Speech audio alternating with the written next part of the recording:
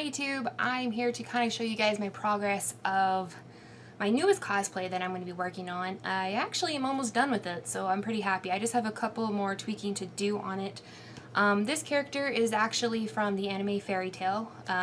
Those of you who don't watch anime, that's cool. I don't really watch a lot of it myself, but I really love this anime. And it's actually one of the things that actually helped me get through my depression after losing my brother and everything, so that's another reason why it means a lot to me. So I decided I wanted to do something that kind of played homage to that and kind of honor that as well.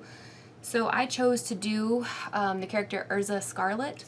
She is basically an amazing mage, wizard, whatever you want to call it. She's super strong in the anime, and she's actually one of my favorite characters. So I decided to partake in her purgatory armor.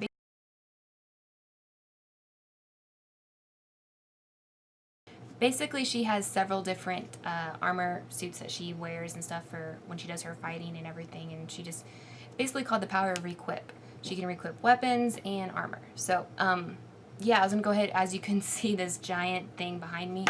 This is the sword that I made, and I will put pictures of my process of this sword at the end of this video, so if you guys are interested in it, you can definitely check that out. This sword this sword is actually probably about, I'm trying to think, it's probably over 6 feet tall, because I know like this top spike, I can rest my head on that top spike, and since I'm 5'4", yeah, so that's about, yeah, I want to say it's about 6 feet. I can't really show all of it, but I will at the very, like the picture at the end, because it's too hard to move, and it's not very heavy, but it's not light either. Well, as I get it caught, as I'm trying to move it, you see, it's very, it won't fit in the picture. So I will definitely show a picture of it at the end of this video, so you guys can see that if you guys are interested, along with the process I went to actually create it. The materials I used for it was I used cardboard to make my pattern.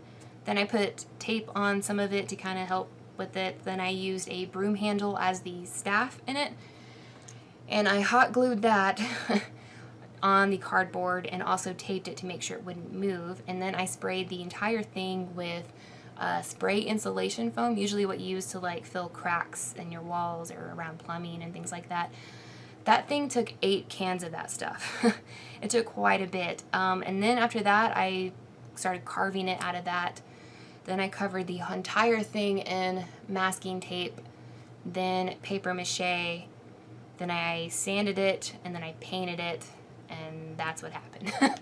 So that's how I made that. It was a lengthy process, but it wasn't as difficult as I thought it was going to be. So I'm pretty proud of it for my first weapon that I've made. It's I've only made one other prop before, and it was a snake, so yeah, I'm pretty proud of that. This is my second cosplay that I've made. Next, I'm going to go ahead and show you guys the armor pieces that I've made so far. Actually, I made all the armor. That's pretty much all done, except I think the only thing I've left on armor is I have a little headpiece I have to create, and yeah, that's pretty much it. But these are the shoulder pads that I made. It's actually made out of like floor mats, like the rubber floor mats you can like put in like puzzle pieces together. You can buy them at like Lowe's and stuff. Basically, yeah, usually people put them in the floors of like gyms or something. But yeah, so, and the spikes I made them out of like craft foam. So, and I had to use a heat gun, of course, to roll that, and that's how I got my burn on my arm, which is mostly healed, but you can still see the scar. But yeah, so it just has 2 of those, and I have Velcro circles on the inside of it to attach to my dress that I have, so that way they stay in place, and I can take them off when I don't want to. But basically, I have to, I didn't realize when I made this that it actually, the spikes come really close to my head, actually. So I have to be careful when I turn my head that I don't like poke my eye out. So, but yeah, that's what that is. And of course I have both of them. So, yeah, so they just, yeah, they sit like that. And they're pretty massive. So that's what those are. Then I also made my wrist armor pieces. And basically, it just kind of looks like that. If I have it on right, yeah. So, they just kind of have the spikes. I, again, used that floor mat foam for this part and heated it up to roll it to my arm. And then this top part, like the gray part, is actually craft foam, and then these are craft foam as well, and they are hot glued on here. Probably not the best method, but the method worked for me. And then to actually put it on my arm, I actually glued fabric on the inside to make it kind of like a sleeve, so it would kind of stay in there. So like I said, it's probably not the best method, but it works for me, and that's, yeah, it's just like a sleeve. So and of course there's 2 of those that I've done. So yeah, those are those.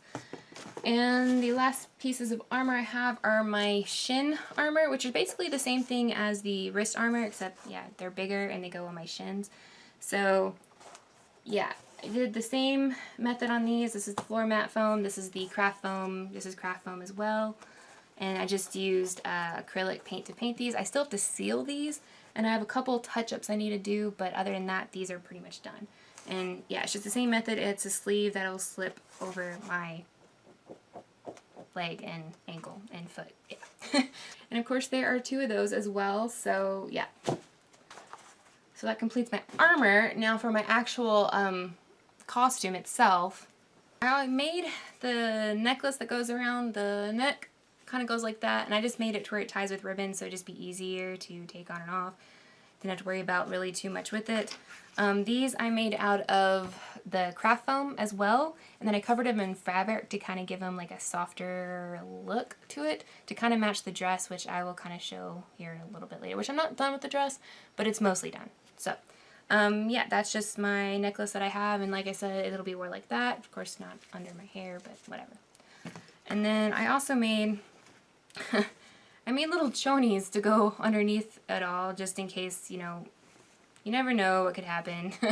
And I'd rather not my real underwear be showing. So yeah, I made little chonies to go underneath that. So yeah. I also made boot covers. They're not, but I'm not be wearing boots. I'm actually be wearing wedge heels. And I bought like the nude color so I could wear them with multiple different ones of these that I made. It's just more cost efficient that way. But yeah, I just made boot covers. That's what these are.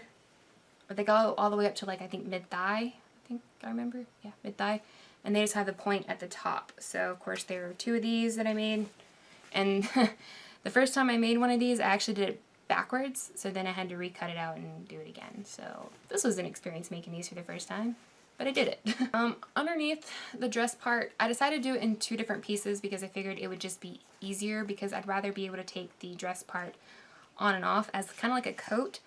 It would just be the easiest. So I decided to make this like in 2 pieces. This basically is going to go underneath. It's kind of, I did it kind of like a skirt thing, but basically when it's on, it'll kind of open up like that a little bit because I do have wider hips.